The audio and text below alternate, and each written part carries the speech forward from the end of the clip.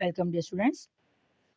Today our topic is structure of amino acid यानी amino acid की साख्त। पिछले lecture में पढ़ा प्रोटीन के बारे में। प्रोटीन के यूनिट्स क्या स्टूडेंट्स, तो वो अमाइनो एसिड्स हैं। अब हम अमाइनो एसिड के बारे में पढ़ेंगे कि अमाइनो एसिड क्या है। यहाँ पर ऊपर आप स्ट्रक्चर देख रहे हैं, पहले हम डिस्कस कर चुके हैं कि हमारे पास जो है वो 20 नॉन अमाइनो एसिड हैं, जिससे हम 1000 की तादाद में मुख्तलिफ अमाइनो एसिड बना सकते हैं, मुख्तलिफ टाइप के हम प्रोटीन बना सकते हैं। तो हम ये भी पढ़ चुके हैं कि हमारे पास जो ये 3 किस्म के हैं, ये ग्रुप और ये कार्बोक्सिलिक ग्रुप, हाइड्रोजन ग्रुप और अमाइनो ग्रुप, ये चेंज नहीं होते। हमारे पास जो प्रोटीन की साख चेंज होती है वो सिर्फ और सिर्फ इस आर ग्रुप यानी फंक्शनल ग्रुप की वजह से होती है। अब amino acid are carboxylic acid having amino group. Amino acid क्या स्टूडेंट, तो ये कार्बोक्सिलिक ग्रुप है जिसमें अमाइनो ग्रुप मौजूद होता है। यहाँ पर आप देख सकते हैं कि यहाँ पर आपके पास अमाइनो एसिड में कार्बोक्सिलिक ग्रुप और अमाइनो ग्रुप ये दोनों मौजूद हैं। Each amino acid has a central carbon atom called alpha carbon. Alpha means 1. Her amino acid के दरमियान में अगर आप यहाँ स्ट्रक्चर देखें तो ये आपके पास देखिए अल्फा कार्बन, यानी अल्फा एक, और इस अल्फा कार्बन से ही ये बाकी 4 ग्रुप मिलते हैं अमाइनो एसिड बनाने के लिए।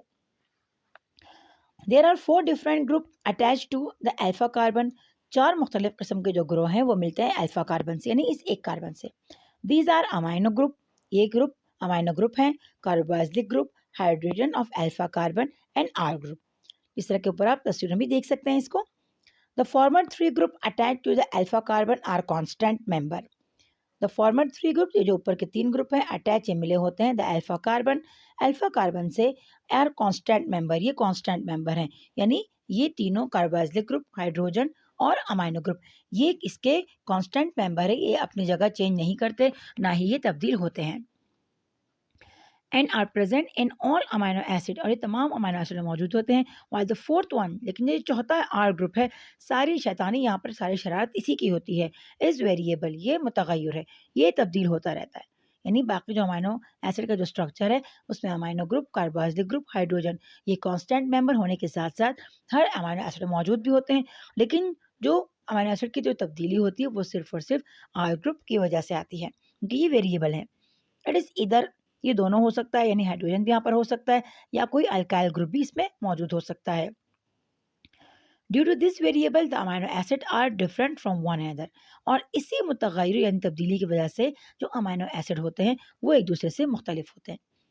यहाँ पर स्टूडेंट्स आपको मुख्तलिफ साख्तें दिखाई गई हैं अमाइनो एसिड्स की, तो यहाँ पर आप देख सकते हैं, यहाँ पर एक हाइड्रोजन लगा हुआ है, यहाँ पर आप देखें तो यहाँ पर एक और ग्रुप्स लगे हुए हैं इसके साथ, और यहाँ पर आप देखें यहाँ पर ये पैंथालीन वगैरह लगा हुआ है, मतलब मुख्तलिफ आपके पास यहाँ पर ये ग्रुप्स इससे मिले हुए होते हैं। अब a bond called peptide bond link amino acid in a protein molecule, यानी एक मॉलिक्यूल को, एक अमीनो एसिड को दूसरे अमीनो एसिड से मिलाने के लिए जो बॉन्ड होता है उसे हम पेप्टाइड बॉन्ड कहते हैं। यहाँ पर आप देख सकते हैं स्टूडेंट्स, ये peptide bond. The peptide bond is formed between an carboxylic group of one amino acid and amino group of another amino acid. अगर आप पीछे तस्वीर में यहाँ देखें स्टूडेंट्स, तो एक सिरे पर यहाँ पर कार्बोक्सिलिक ग्रुप है हमारे पास, और दूसरे सिरे पर यहाँ पर हमारे पास है अमाइनो ग्रुप। अब अगर यहाँ पर हम इसको मिलाते हैं, यहाँ पर अगर पेप्टाइड बॉन्ड बनेगा तो कार्बोक्सिलिक ग्रुप मौजूद है, लेकिन दूसरे वाले ग्रुप का अमाइनो ग्रुप यहाँ पर आएगा। तो जो पेप्टाइड बॉन्ड बनता है हमारे पास स्टूडेंट्स, तो वो किसके दरमियान होता है, वो कार्बोक्सिलिक ग्रुप एक वाले का और दूसरे वाले का जो है ये अमाइनो ग्रुप वहाँ पर आके मिलता है। तो the peptide bond is form between an carboxylic group of one amino acid and amino group of another amino acid. This is condensation reaction, और ये एक कंडेंसेशन का रिएक्शन यानी अमल तकसीफ का अमल है। और स्टूडेंट्स कंडेंसेशन रिएक्शन उस अमल को कहते हैं जिसमें वाटर का मॉलिक्यूल बनता है, इन विच जिसमें one water molecule are formed, एक पानी का मॉलिक्यूल बनता है। Different amino acid can be joint together, मुख्तलिफ अमाइनो एसिड मिलते हैं एक दूसरे के साथ टू मेक अ प्रोटीन, एक प्रोटीन बनाने के लिए। यानी बहुत सारे अमाइनो एसिड एक तरतीब से एक दूसरे के साथ पेप्टाइड बॉन्ड की मदद से मिलते हैं, जिसकी वजह से एक प्रोटीन मॉलिक्यूल बनता है। The order of the amino acid determine, और जो तरतीब है अमाइनो एसिड की उससे मालूम कर सकते हैं विच प्रोटीन विल बी मेड, कि वो कौन सा प्रोटीन बनाएगा या उससे कौन सा प्रोटीन बनेगा। यानी हम अमाइनो एसिड की तरतीब से इस बात का अंदाज़ा लगा सकते हैं कि ये कौन सा प्रोटीन बनाएगा। When two amino acids are joined together, a dipeptide is formed. अब 2 है तो यहाँ पर से हम कह गए ये डाइपेप्टाइड है। Di means 2। A special chemical bond called peptide bond hold together two amino acid।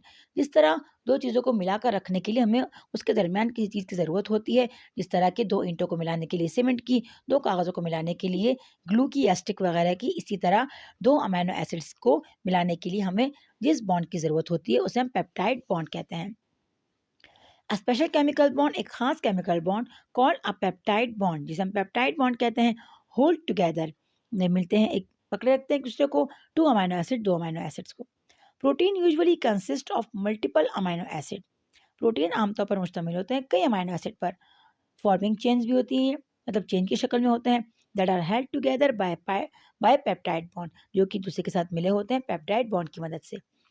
For example, मिसाल के तौर पर हीमोग्लोबिन एंड इंसुलिन। हीमोग्लोबिन और इंसुलिन आपके पास ये प्रोटीन्स हैं, इनकी मिसालें दी हैं। यहाँ पर नीचे आपको तस्वीर में हीमोग्लोबिन का स्ट्रक्चर दिखाया गया है कि इसके दरमियान भी यहाँ पर alpha chain, beta chain, haemo molecule with iron atom और haemo molecule with iron atom यहाँ पर आपको ये दिखाए गए हैं। ये जो एक दूसरे के साथ मिलते हैं ये चेन की शक्ल में मिलते हैं। Haemoglobin is an oxygen carrying protein in the red blood cell. Haemoglobin क्या स्टूडेंट, तो ये ऑक्सीजन ले जाने वाला प्रोटीन है जो कि रेड ब्लड सेल्स में होता है, which consist of 4 polypeptide chain. इसमें आपके पास जो पॉलीपेप्टाइड चेन है वो 4 होती हैं। वाइल जबकि an insulin molecule consist of 2 polypeptide chain, जबकि इंसुलिन का जो प्रोटीन है ये 2 पॉलीपेप्टाइड चेन पर मुश्तमिल होता है। The number of and sequence of amino acid in a protein molecule is high specific for its normal function। जो तादाद और तरतीब है अमीनो एसिड की प्रोटीन के मॉलिक्यूल में, ये बहुत ख़ास और ये बहुत ज़रूरी है अपने आम काम के लिए। यानी किसी भी चीज़ की जिस तरह कमी और ज़्यादती दोनों नुकसानदेह हैं, इसी तरह पॉलीपेप्टाइड चेन की भी कमी और ज़्यादती, ये दोनों ही हीमोग्लोबिन और इंसुलिन पे असरअंदाज हो सकती हैं। If an amino acid is not occupying its specific position in a protein molecule, अगर अमीनो एसिड जो है वो अपनी खास जगह पर मौजूद ना हो अमीनो एसिड की प्रोटीन में, it will fail to perform its function, तो ये अपना काम करने में नाकाम होगा। फॉर एग्जाम्पल, मिसाल के तौर पर, if 1 out of 574 amino acid in a haemoglobin molecule, अगर आपके पास जो हीमोग्लोबिन के मॉलिक्यूल है उसमें 574 अमीनो एसिड मौजूद होते हैं, अगर इसमें से कोई भी एक मौजूद ना हो इन इट्स स्पेसिफिक पोजीशन, अपनी खास जगह पर मौजूद तो हो लेकिन अपनी जगह पर ना हो, then haemoglobin change its normal globular shape, तो हीमोग्लोबिन जो है ये अपनी आम जो गोल शक्ल है उसको चेंज कर देगा एंड बिकम सिकल शेप, और ये सिकल यानी द्रांति की शक्ल इख्तियार कर लेगा। द्रांति शब्द आपको पता है एक औजार होता है, एक टूल होता है जिससे हम खेतों में फसलें वगैरह काटते हैं, छुरी की तरह होता है लेकिन ये इस चाँद की शक्ल का होता है, तो इसी के नाम की मुनासिबत से इसको हम सिकल शेप कहते हैं, यानी द्रांति की शक्ल का। अब अगर इसमें जो आप अमीनो एसिड जो हैं ये 574 होते हैं हीमोग्लोबिन के अंदर, अगर कोई एक इसमें या मौजूद ना हो या अपनी जगह पर ना हो, तो ये अपनी गोल शेप से हटकर ये एक सिकल शेप बना लेता है, और आप देख सकते हैं स्टूडेंट कि शक्ल इसकी कितनी नैरो हो गई, जिसकी वजह से अपना फंक्शन भी सही तरह से नहीं कर पाएगा। एज अ रिजल्ट, नतीजे के तौर पर, the disc shaped red blood cell also become sickle shape. इसकी जो डिस्क शेप थी यानी गोल शेप, वो भी सिकल शेप हो जाएगी। अब इन अ सिकल सेल में haemoglobin molecule glutamate acid is replaced by valine. अब यहाँ पर जो ग्लूमेटिक एसिड था इसकी जगह ले लेगा valine. Such type of haemoglobin can not perform its function. इस किस्म के जो प्रोटीन है ये अपना काम नहीं कर सकते, and it person will sickle cell haemoglobin die, और वो शख्स जिसके जो रेड ब्लड सेल या हीमोग्लोबिन के जो सेल हैं सिकल शेप के हो, वो आखिरकार क्या है, वो मर जाता है। The size of protein molecule depend upon the number and kind of total amino acid present in the molecule। जो प्रोटीन का जो साइज है मॉलिक्यूल का, ये इन्हिसार करता है तादाद पर और किस्म पर मुकम्मल अमीनो एसिड जो कि उसके अंदर मौजूद होती है मॉलिक्यूल में। अब यहाँ पर फॉर योर इन्फॉर्मेशन में लिखा स्टूडेंट्स, ये भी इसी बारे में है। Sickle cell anaemia is a blood disorder. अब सिकल सेल जो है यानी जो क्रांति की शक्ल वाले खूनी हैं, तो ये अनीमिया खून की कमी की बीमारी है, इसका नाम है डेट इफेक्ट हीमोग्लोबिन, जो कि हीमोग्लोबिन को मुतासर करता है। Sickle cell anaemia occur when a person inherits two abnormal gene. और ये कब होता है स्टूडेंट, तो ये आपके पास जो सिकल सेल अनीमिया है ये होता है जब एक शख्स को विरासत में दो एबनॉर्मल जीन मिले, वन फ्रॉम ईच पेरेंट, मतलब एक फादर से एक मदर से, that cause their RBCs to change shape, इसकी वजह से उसके आरबीसीज की शक्ल चेंज हो जाती है, यानी ये एक इनहेरिटेड बीमारी है। Instead of being flexible and disc shape, बजाय इसके कि वो फ्लेक्सिबल हो, लचकदार हो और डिस्क शेप में हो, this cell are more stuff, ये स्टिफ, ये सख्त हो जाते हैं, and curved in the shape of the old form tool, और ये कर्व, मुड़ी हुई या खमदार शक्ल में आ जाते हैं। एक पुराने ज़माने का जो टूल था, फार्म टूल, यानी खेतों में इस्तेमाल होने वाला आला, जिसको हम सिकल के नाम से यानी द्रांति के नाम से जानते हैं, उसकी तरह का हो जाता है। That's where the disease gets its name, यहीं से इस बीमारी को उसका नाम मिला, सिकल सेल एबनॉर्मलिटीज या sickle cell anaemia. That shape is similar to a crescent moon, और इसकी जो शक्ल है ये सिमिलर मतलब मुशाबहत रखती है क्रिसेंट मून से। क्रिसेंट मून यानी पहली का चांद, जिस तरह पहली का चांद इस तरह पतला होता है, उसकी तरह से ये उसकी शक्ल, इसकी मुनासबत उससे मिल जाती है।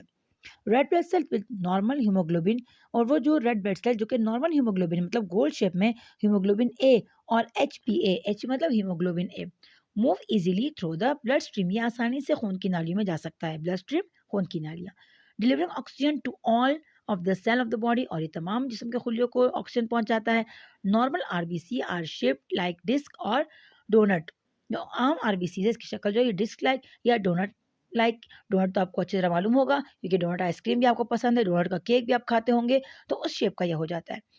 With the centre partially scooped out, इसका जो सेंटर होता है दरमियान का हिस्सा, ये थोड़ा सा दबा हुआ होता है, and are soft and flexible, ये नरम और लचकदार होता है, लेकिन इजीली स्क्वीज, ये आसानी से सुकड़ सकता है through even very small blood vessel, हद तक कि ये खून की बहुत जो पतली नालियां हैं उसके अंदर भी ये आसानी से जा सकता है। इस तरह जेली को आप ले लें, जेली बहुत बड़ी भी हो तो उसको आप किसी भी चीज़ के अंदर जाओ तो वो आराम से चली जाती है, या पानी को देख लो आप, पानी का और ज़्यादा पानी भी तो जितनी पतली पतली नालियाँ और पाइप्स हो उसमें जा सकता है।